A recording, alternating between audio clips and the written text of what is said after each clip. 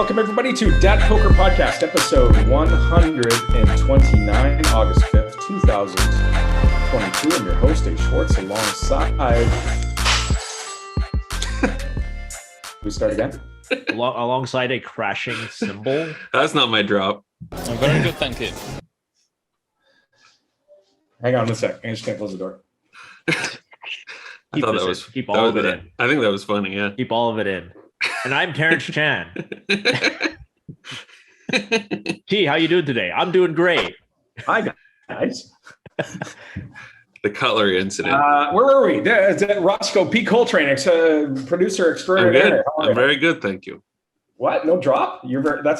I played it when you walked away to deal with your cutlery mess. Kelowna, BC. Terrence, I think we all are very, very happy that you are reunited with your family and very, very ecstatic to see some pictures. All good up in Kelowna. Yeah, all good. Thanks, everybody. I remember a couple shows ago, I got a lot of comments wishing me well. And baby boy's doing good. He's crushing it. I mean, he got off to a real rough start, and we didn't know whether he was going to make it for a while, but he's pulling through. So big shout out to BC Children's Hospital, BC Women's Hospital. They are the absolute nuts. Thanks for everybody in the comments, and I'm super happy. And if I make absolutely no sense on this podcast, I get to blame a lack of sleep. How's his UFC training going? Has he been in the ring? I mean, he's dominating the 4-pound weight class. We're really hoping he moves up in weight, and eventually makes it to some sort of baby weight fight. But right now the preemie division is pretty much we've dominated it. He's got the cutting weight part down. You've taught him how to cut weight early. The moving up in weight is the trickier one. Daniel Negreanu in Las Vegas with the Blue Jays shirt on. We're in full baseball mode, are we? I swear I didn't watch baseball for years and years and years, and then just dabbled. And like the last 3 days, I've been watching all the Blue Jays games, only Blue Jays.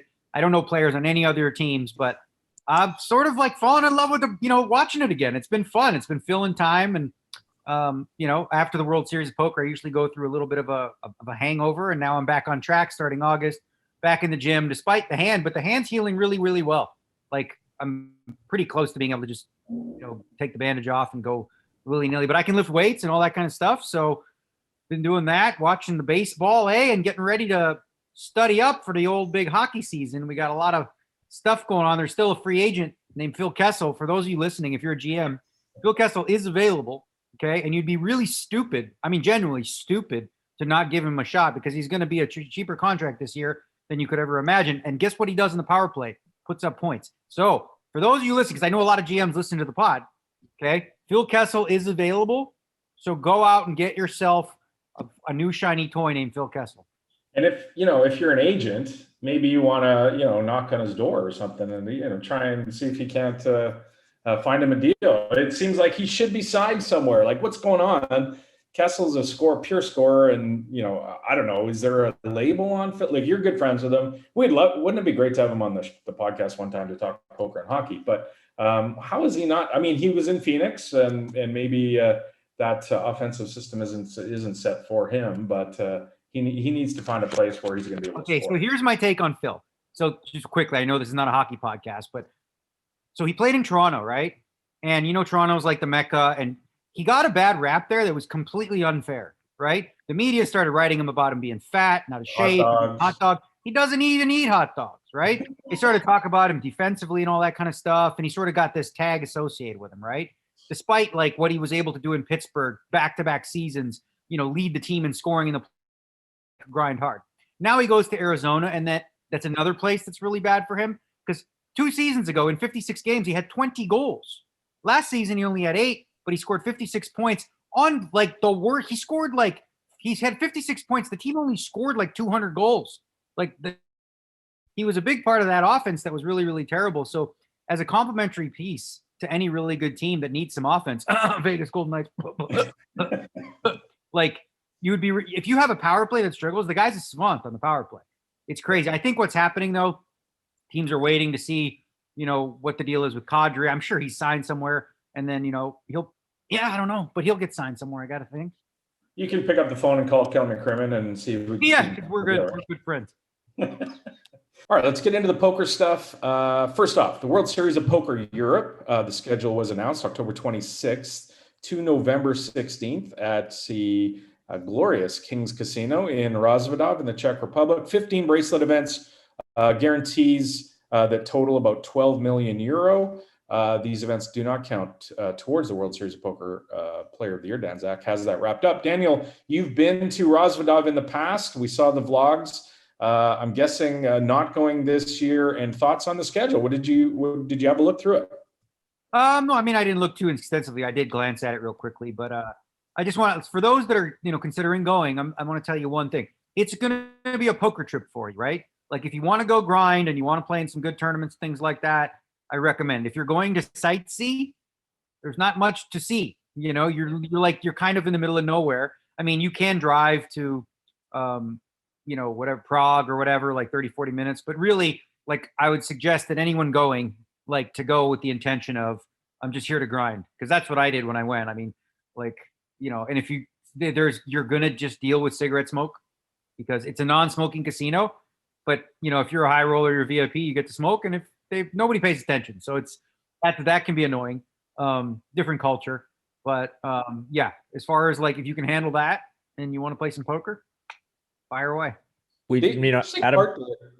Just quickly, is the pull, the allure of the World Series of Poker bracelet, right? So your point is, it's kind of in the middle of nowhere. It's a grind. You're going there to grind. Well, there's a lot of places you can go and grind, tournaments, all kinds of different places. Yet to draw somebody to sort of the middle of the Czech Republic in the countryside, it is the World Series of Poker bracelet, really, that draws people, right? I mean, what else could it be?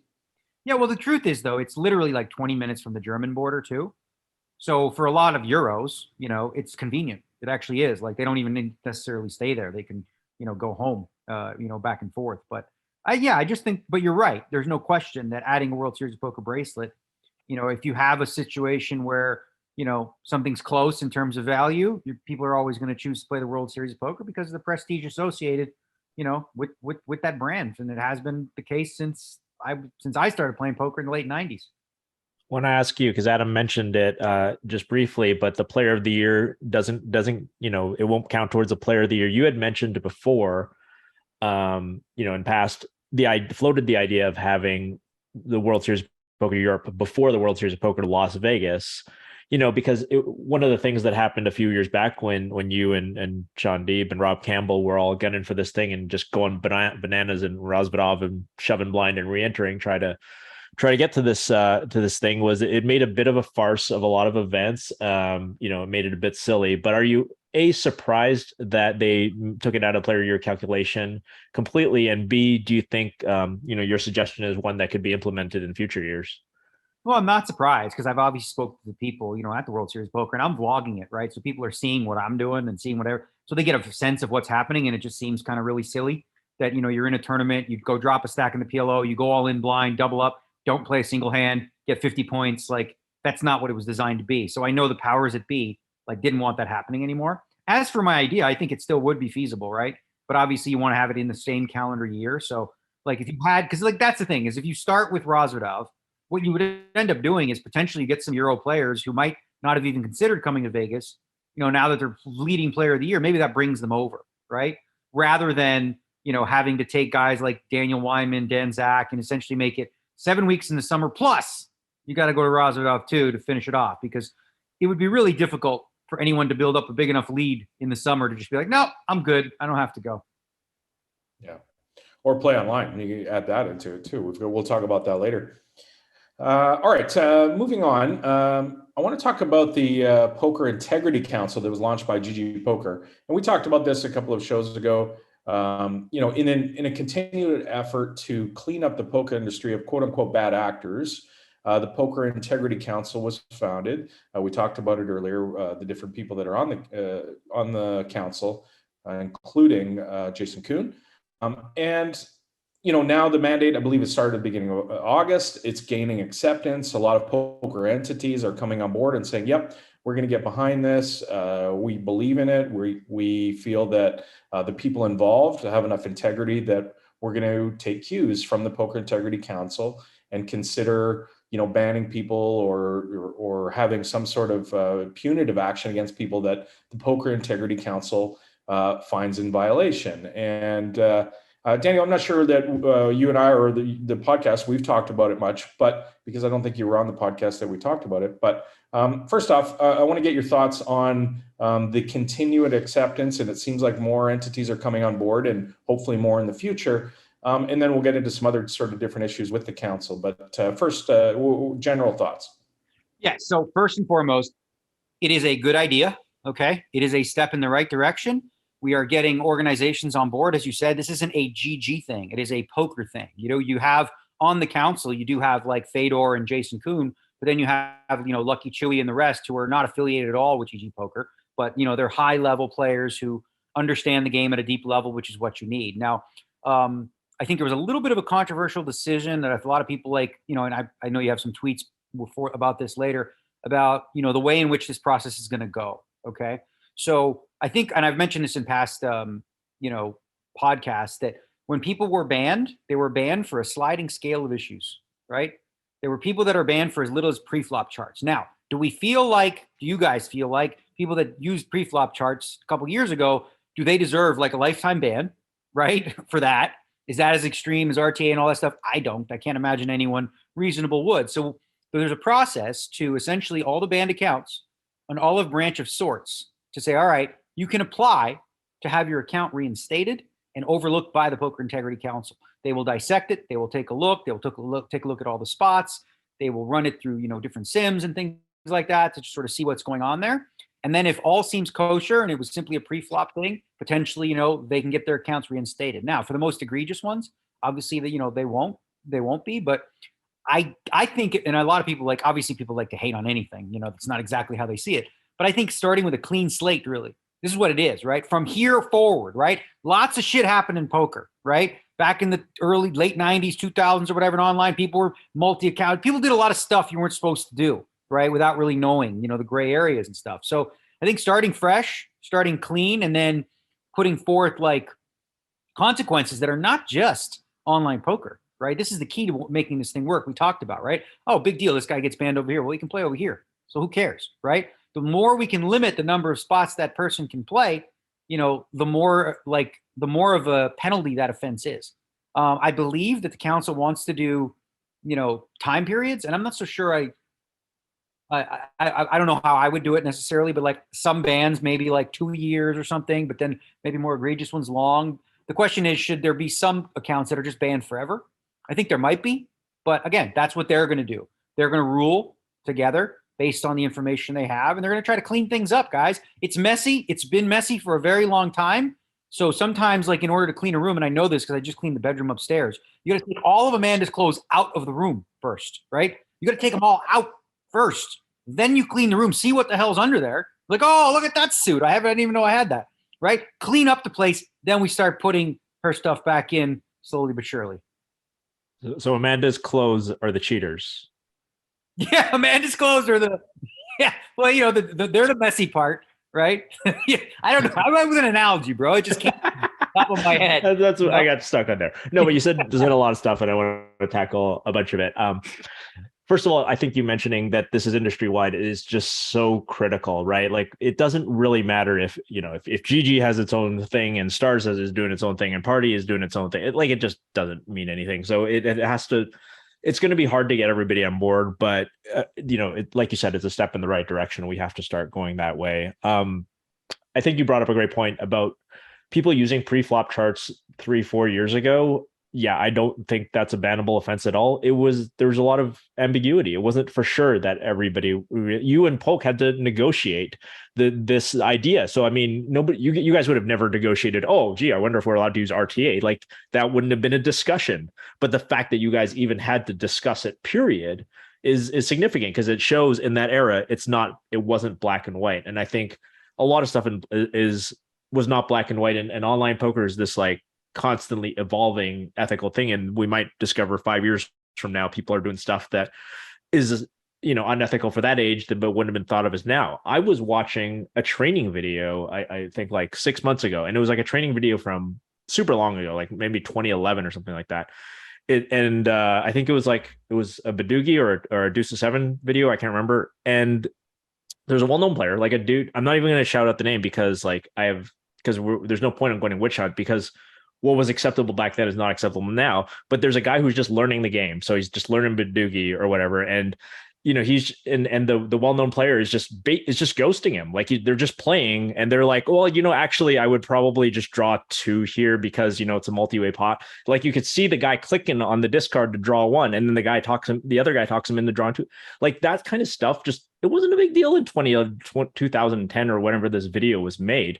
It started becoming a big deal when ghosting operations started to become a thing, where it was like, you're deep in a tournament, like I should take over for you and we should split this equity in this way. And it was a bit Wild Westy back then. And I think as poker continues to evolve, I don't think, people who made indiscretions in the past, there was a time, where we thought like that having a little bit of marijuana was worse tossing you in jail for 15 years. Like we're now hopefully beyond that period. And likewise, I think in online poker. Yeah, I remember way back when in the PCA, you go in the lounge and there's just a bunch of kids playing online, right? So sometimes around 11 or midnight, the guy's deep, and there's 30 people surrounding him while he's playing. They're like, bro, you got to go all in here. You got to shove here. This is a shove, and it's like they're all cheering on their buddy, right? Yeah. And, he's ultimately making the final decisions. But, and that's obviously something that's difficult with the police, but it was somewhat accepted. People didn't really know. So I think like going forward, nobody went over to those 20 guys going like, hey, you guys are breaking the rules. That is highly unethical. So but if you did that today. Like going forward, that sort of sums up really well what I wanted when I was discussing messy, right? Things like that are messy. We don't really know what's right and wrong. So we're going to start fresh. We're going to start clean. We're going to leave the past in the past. If you were watching a buddy playing, you like, bro, you got to draw 2 here or whatever you say, like those transgressions are going to be left in the past. We're going to start fresh from here with clear guidelines in terms of what's not okay. And that's not right. And then if you actually, break those rules now, knowingly, well, you're going to actually, serve a penalty that isn't simply your account, but widespread to, other entities and venues as well.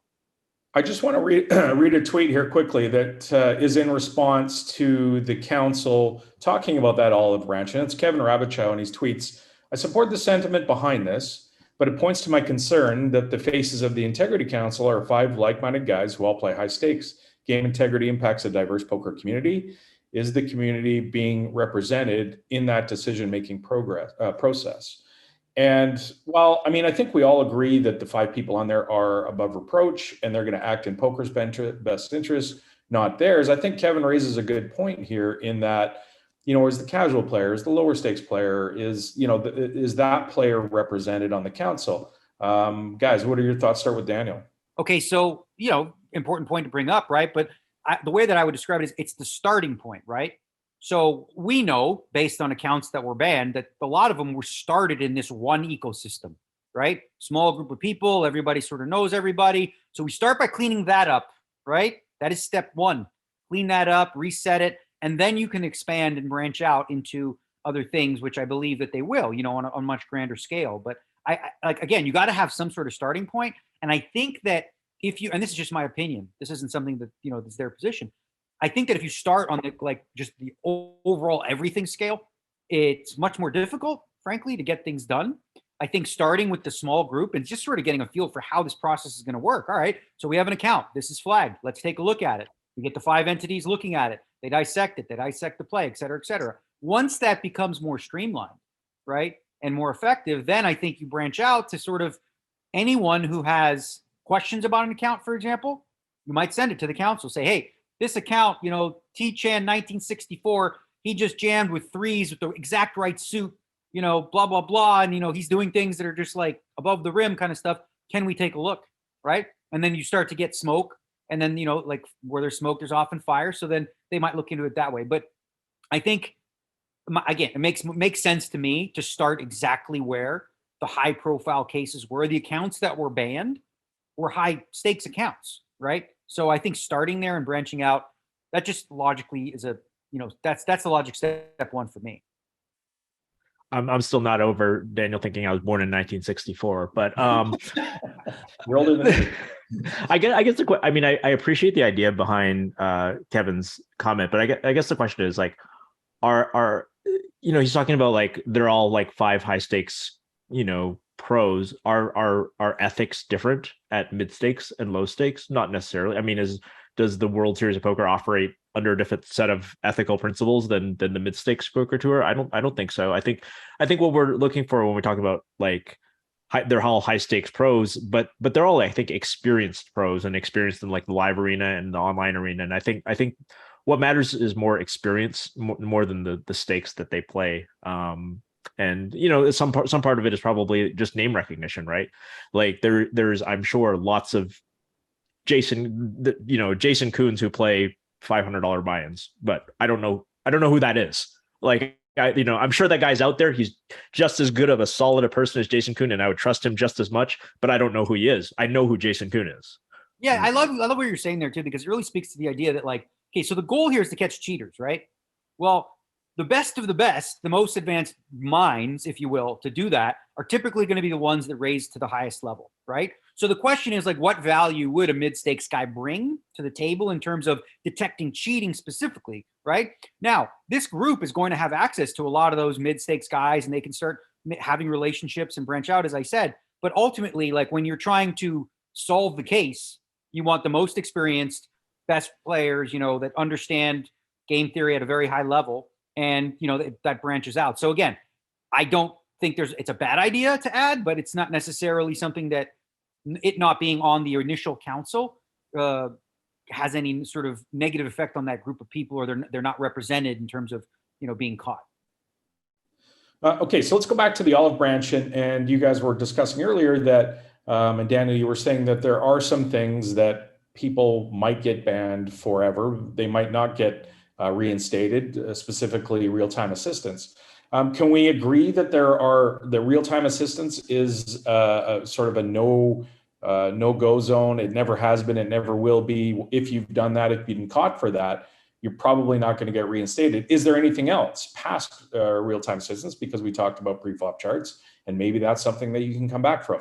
But is there anything that's so egregious, anything else that's so egregious that you probably won't be? I would think so. I would think that, like, especially for pot limit Omaha, any sort of whole card sharing, that's like the word. Like, imagine using real time and doing that. Like, that's the thing that's been wrong since before there was online poker, right? Like, that's how when we're not talking about like RTA and ghosting, because these are things like RTA and ghosting and preflop charts. These are only things that existed in the online poker age. It's been illegal since poker was basically invented to tell somebody else your whole cards, right? So I don't think that's I remember the show Tilt that was on ESPN, and Brian Koppelman and Dave Levine, the guys who wrote Crown, they made the show, and they wanted a little bit of a cheating element. And I remember TJ teaching us something at the table. I'm like, holy shit, TJ, how did you know this? So he showed us. For those of you that are watching, you'll be able to see it. For those that aren't, I'll have to describe it. So you got 4 knuckles, right?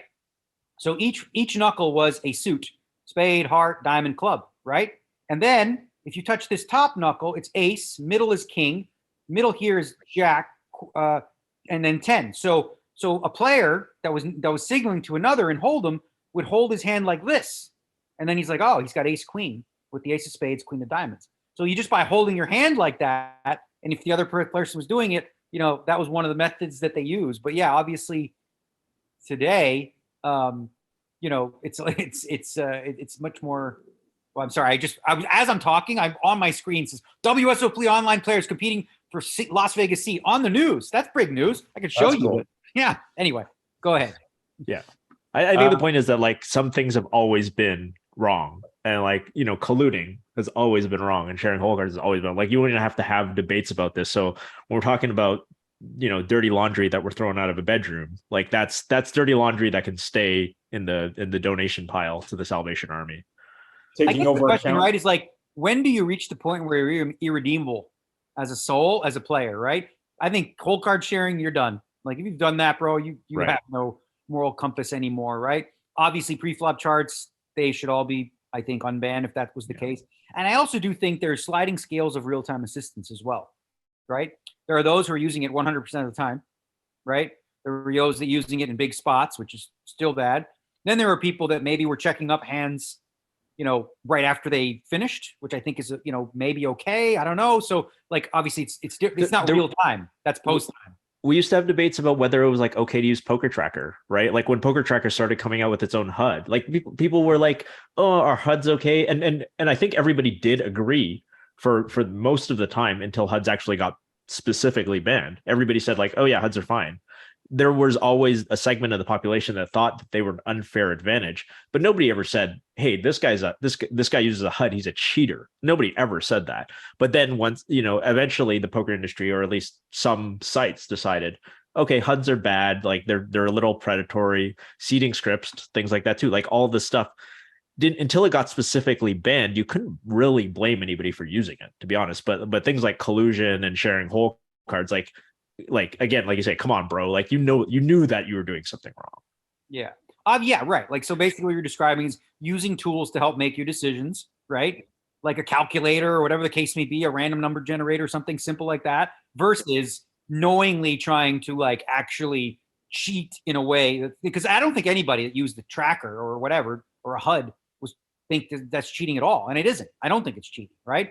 I do think it's, as you said, unfair, as is the case of anyone sort of any pros that are able to use solvers and understand that at a high level. That's an unfair advantage to those that don't.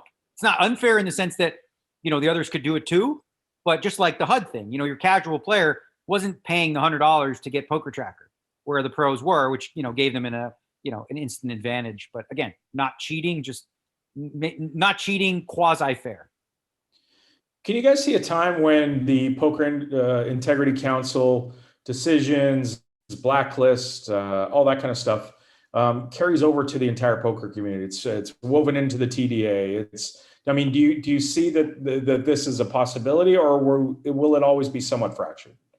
I think we're off to an incredibly good start with the relationships we started with, right? You've got GG, you've got WSOP, you've got WBT, you've got the Asian Poker Tour. Like, that's a pretty big segment right there, right? That's a pretty big chunk. Obviously, there's some other tours and different things like that, but the fact that you have that's big. I mean, I don't know if Poker Go was specifically in that, but I think they need to be, right? And if you do that, all the high limit guys, like, where the hell do you think you're going to play? Like Triton, you can't play there. Those guys who went to show up for Triton, the two big names, they were turned away. They said, no, you can't play here. So I think we're seeing it. We're seeing it happen. And as I said, when I was talking to Mr. Poke on his podcast, I said, like, there's a lot of bad about this, and that, like, nobody wants to, the poker world doesn't want to talk about cheating, but the fact that it's flushed out and we're actually trying to solve the problem now in a real way, right? Like, these guys are going to get caught. People are going to like start to be more, mindful of it. I think, like you said, it was a little bit too Wild Westy, where people are like, whatever. Nothing happens to anybody anyway, right? Russ Hamilton's still freaking living it up and whatever, you know what I mean? So I think, like, real consequences, and them starting to see that, it's a deterrent. And I hope it's enough to, clean it up forever. Yeah, indeed. And they're off to a good start, just like you said. Is there a need for transparency here, do you think, Terrence, in decisions and appeals that the council gets put in front of them, given if this gets to the point where this is going to change somebody's career path, if there's a mistake made, or who knows, or maybe some gray area, should we have some transparency here? Yeah, transparency is our thing. I mean, obviously, it's something that you want as much as possible, but when you're talking, of course, about game security, one of the things about game security is the sites can't release their methods.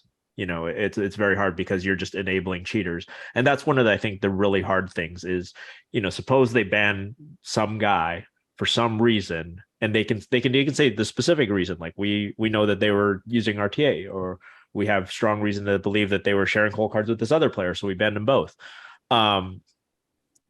You are if you're specific about how you caught them, then it makes the next cheater a lot more likely to get away with it.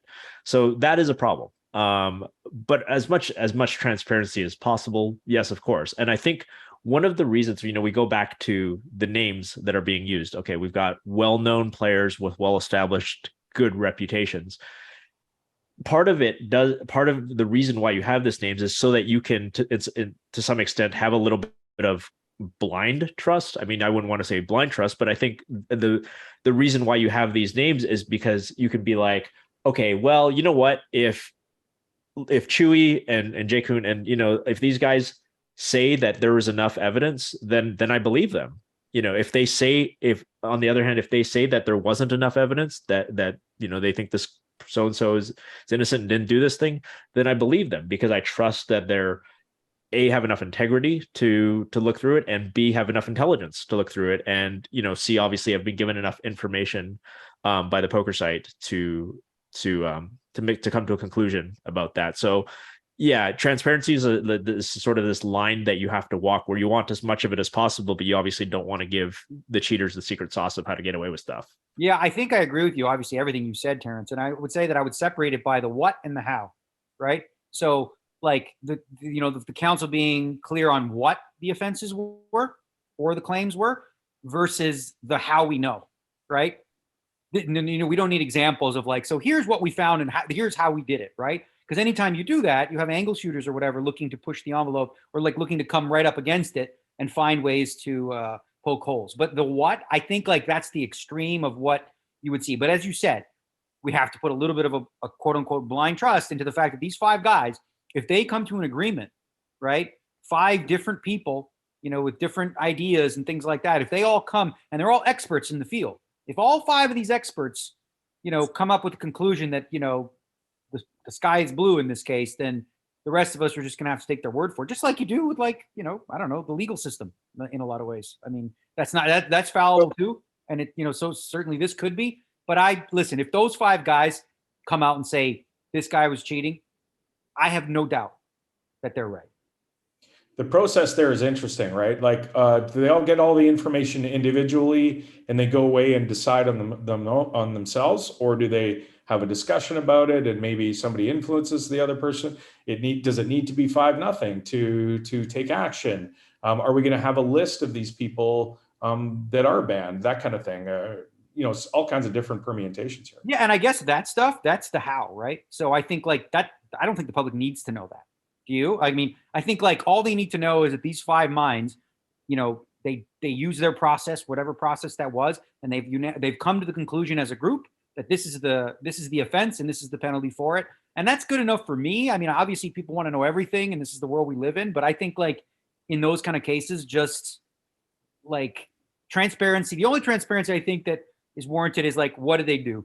What was the offense? And like maybe have a list of them. Was it RTA? Was it collusion? Was it chip dumping? Whatever the case is, you specifically just say that and leave it there and just say. And you want that part too, because it serves as a deterrent, right? So if there's anybody out there who doesn't know that what the person did was wrong, it's no longer a mystery, right? Like, as if you don't, there are people who don't know the rules for whatever reason. So if you come out and say, well, it was RTA or if it was whatever, and somebody else realizes, oh, that's actually not allowed and that can get you banned, I guess I shouldn't do that. Because I mean, it sounds silly to us, but there are people who don't know better.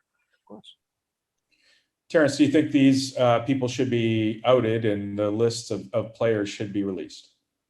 I mean, it sort of, in a way, it has. It's hard to do it otherwise, because if you're talking about things that we were talking about earlier, which is banning people from live stops, it doesn't necessarily mean that you have to have the printed out list at the entrance of the same thing, like these 15 people are not allowed to play here, but it's going to be found out anyway. Yeah, because like if you talk about Ollie and Jake and not showing up in GG, technically GG has never said Ollie and Jake are banned from playing here, right? That's never come out. We just know that they used to both play under their real names, and then all of a sudden they just stopped playing. So a reasonable person would be able to maybe surmise that they aren't allowed to play at GG anymore. So I don't think it ultimately makes that much difference. People are going to figure it out. Yeah, I mean, I think what I'd say there is, poker players are backed. And if somebody, is on this list and it's not widely known or not found out, then maybe they can still go get backed, and maybe they're cheating their backers, or they're not, good people or trustworthy or whatever. Maybe I assume the reason that it wouldn't come out is like some legal protection of saying, like, we've seen what Mike Postel has tried to done with suing everybody under the sun, including Daniel, for accusing him of cheating when the evidence is right there in front of us that he was cheating. So Yeah, I assume the reason that it wouldn't happen would just be to avoid all that legal nonsense.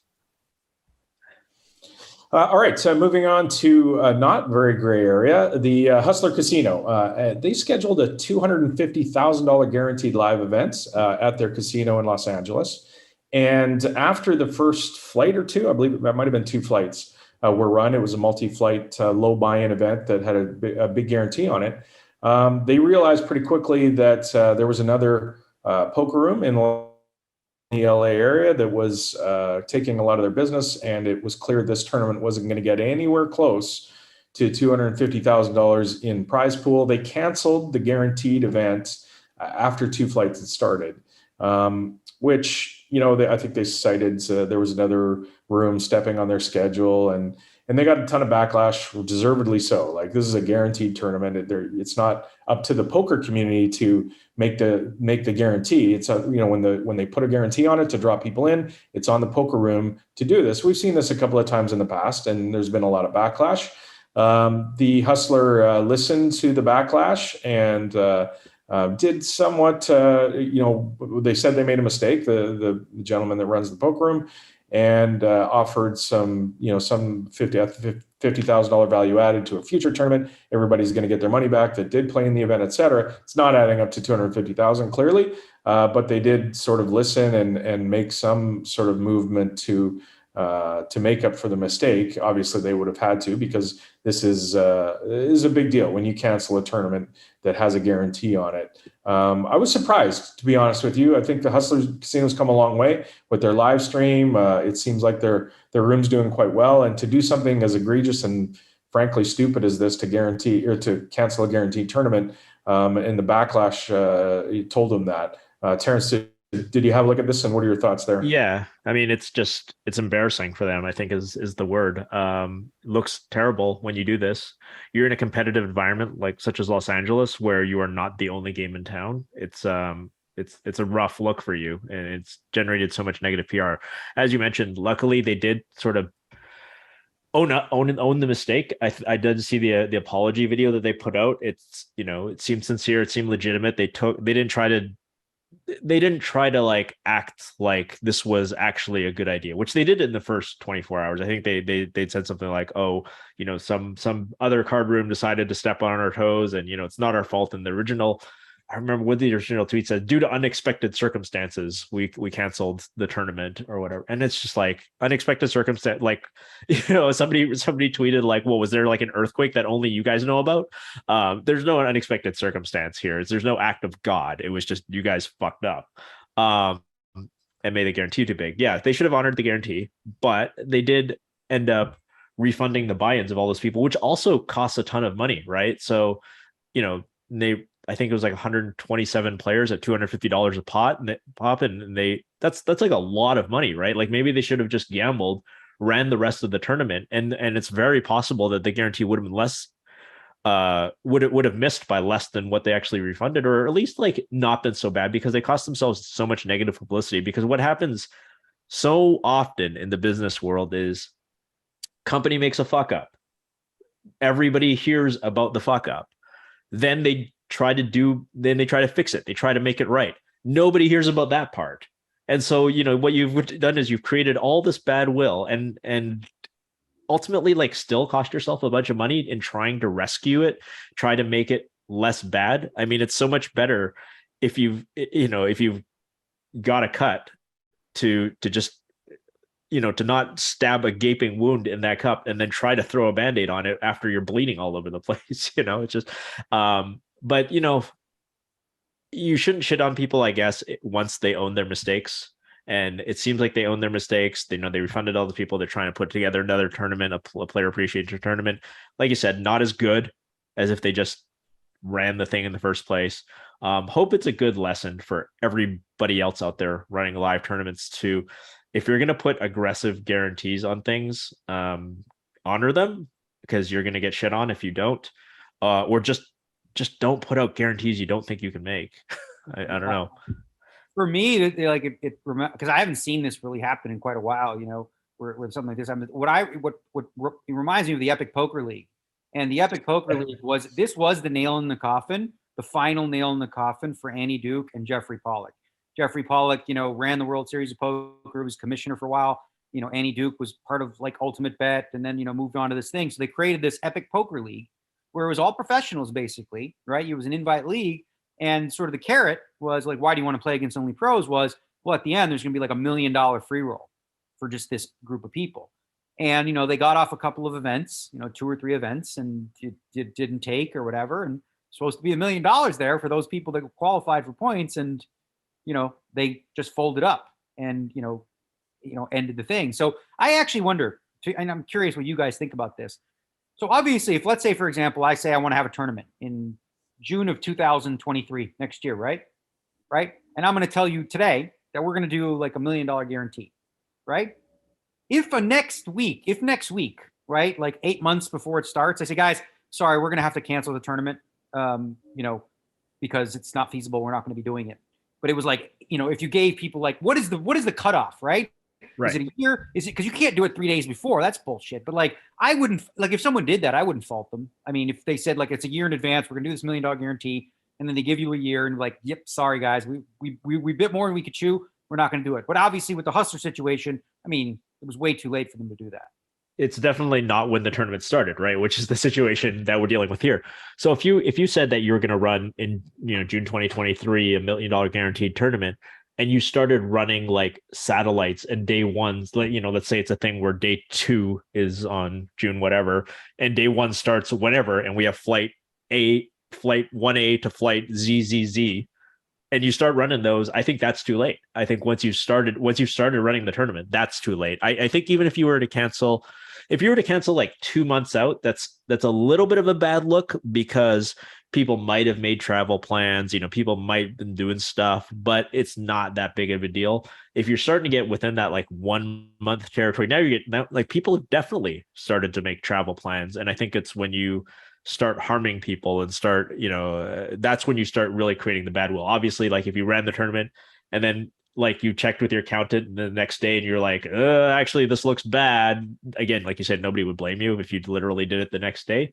But I think when you start getting into that like a month-ish range, or if you've started running satellites and things of that nature where people have some expectation that they get to play in this overlay tournament. I think the moment that you have somebody sign up, I think is the moment, right? Like as soon as somebody pays an entry fee, yeah, satellites sometimes will just be money into your account, depending if it's an online satellite or whatever. But yeah, I think the moment you get an entry, is sort of there's no turning back at that point, I would say. All right, moving on. The 2022 Online World Series of Poker schedule at GG Poker and WSOP.com has been announced. 33 events on both sites, or each site has 33 events. GG Poker starting August 15th, running through to September 26th. Buy-ins ranging from event 18, the $100 flip and go, the fun event with $1 million guarantee. 2 10K events, the heads up Super Millions. The heads up in the Super Millions No Limit High Roller, culminating with the $5,000 World Series of Poker Online main event with a $20 million guarantee. The WSOP.com also, as I mentioned, has 33 events running from September 10th to October 18th. So we've got 2 months of online World Series of Poker stuff happening. You can be in Nevada for the WSOP.com, Nevada, New Jersey, and the other events you're going to have to be outside of the U.S. Daniel, schedule, are you going to play in the GG events? Are you going to Mexico, Toronto? What are you looking at? Staying home? Yeah, so obviously, this is in past years when they've ran this, there wasn't a World Series of Poker that I grinded for 7 weeks, and I know my mind, my brain clock. I need a little bit of a break because there's a lot of stuff happening the rest of the year. There is going to be the WSOP.com version, which will be here. There's also the Poker Masters coming up, Super High Roller Bowl. I have another trip I need to make in October as well. So as of now, what I'm considering maybe doing is for like the main event, which could be juicy depending on the timing of it.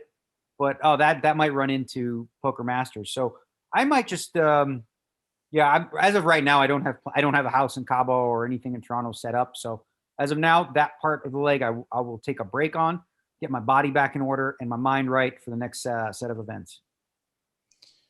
Terrence, you're going to be on baby duty for a while, so I'm guessing these might be tough for you. I'm gonna be on baby duty, but I mean, I'm just looking at the schedule right now. I got a $2,500 limit hold'em. I mean, I might as well try to win that limit hold'em bracelet. You need a bracelet. Yeah, absolutely. No, awesome. So a couple of months of World Series of Poker bracelets, as we mentioned earlier, the draw there. I can play limit hold'em with a baby in my arms. That's in my skill set. I can do that. Yeah, your infant can play limit hold'em. It's That's right. Just throw the diaper at the screen and hit the right button. Yes. Poker, you can win your way into the Triton Series Cyprus. I got Cyrus on my brain.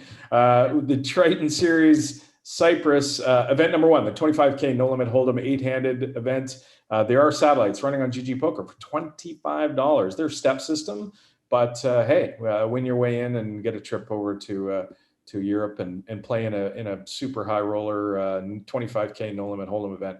Be fun for a $25 guy to sit down with all the superstars and play in an event like that. So head on over to GG Poker. Also, of course, Club GG, where you can win your way into large events, the World Series of Poker Europe, the World Series of Poker main event next year. They're already satelliting for tons of events over at Club GG. Daniel, give us an idea of Club GG and exactly how successful this has been for GG Poker. So for those that don't know, Club GG is something that you can play pretty much anywhere in the world, right? And Club GG is a little bit different than the GG Poker client, which you're playing for real money. Club GG is where you can qualify for live events. And during the World Series of Poker, we saw like increase in numbers and a lot of people qualifying, for the main event, the 10K. And every month there's substantial amounts of opportunities, like I think about 200,000 a month typically in terms of giveaways. And part of it is, one of the best parts about it is like for $49.99, you can actually just play as many times as you want. There's no quota on it, right? You can keep trying to qualify each week, for all these different events. And in addition to that, Club GG set up so you can actually set up games with your friends. And people ask me all the time, they're like, well, Daniel, like, what if I just want to set up a game with friends? Club GG, you can do that for free. They don't charge you anything at all. Nice. All right, moving on. We've got not a lot of tweets this week, but one of them I caught my eye was the World Series of Poker main event champion Espen Jorstad. He tweeted his results in following what Daniel does. Was he up? Yeah, it was easy for him to tweet his results. He did quite well. Excluding the main, he finished plus 30,000 live and maybe plus 10 to 15,000 online. For full transparency, for the main event, he had 14 different swaps. All between 1% and 7.5%. And he ended up with 56% of his own action. Obviously, that translates to 5.6 million. He's a resident of England, so I don't believe he pays any taxes, though it could be wrong there. So taking home the full 5.6 million that he won. And then people were asking how much he tipped. I don't know, we'll get into the tipping discussion, but I don't think he's been paid yet. So he hadn't decided how much he was going to tip. But of course, some of the prize pool is already taken out to be spread amongst the dealers. Well, Patrick Leonard threw out a tipping twin, and it's just coincidental that Patrick Leonard happened to be Espen Jorstad's tag team partner. Right. Patrick Leonard was out there going like, so hypothetically, if you won the main event, how much do you think you should tip? Just so happens that his tag team partner threw that question out there. But I mean, like the thing is I definitely don't blame anybody for not tipping if it's a thing where they've taken money out of the prize pool. I mean, I'm very generous with tipping in other aspects of life, like restaurants and the service industry.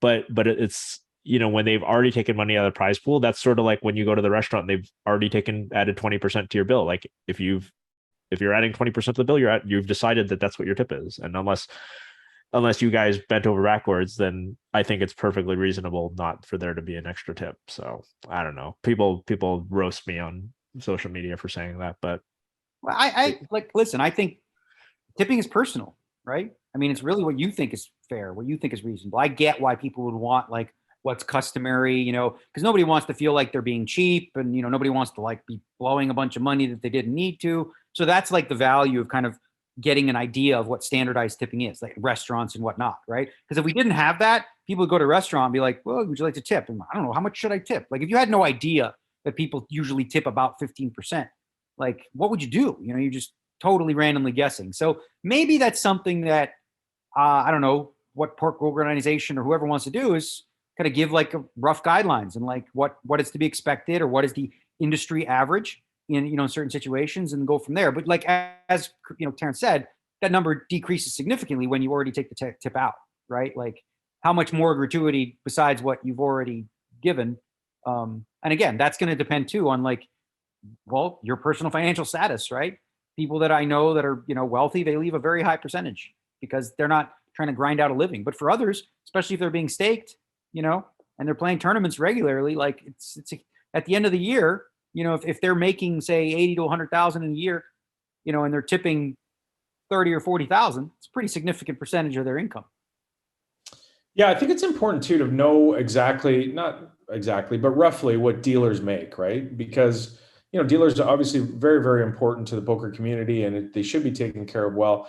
It's the old theory, the reservoir dogs theory about tipping, but you know, should the players, the customers, et cetera, be the ones paying their wage, or should it be the people who are employing them? And it gets back to that argument for sure.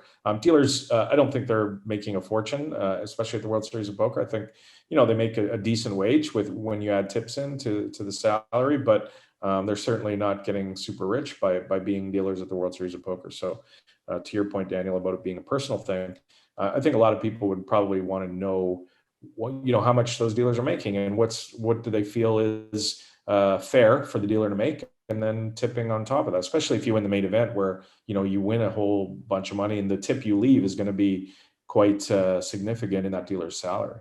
I also think this is a small sidebar, but something really, really important is if you're a cashier or you're in the industry of paying out people, the way you phrase it is really important. Yes. It's not, yes. You don't say, how much are you leaving as a tip? Don't say that. Right. That's not right. Say, you know, you could say, would you like to leave any extra gratuity? That's it. I mean, it's a subtle thing, you know, in language, but when you start with, how much would you like to tip? And the guy goes, nothing.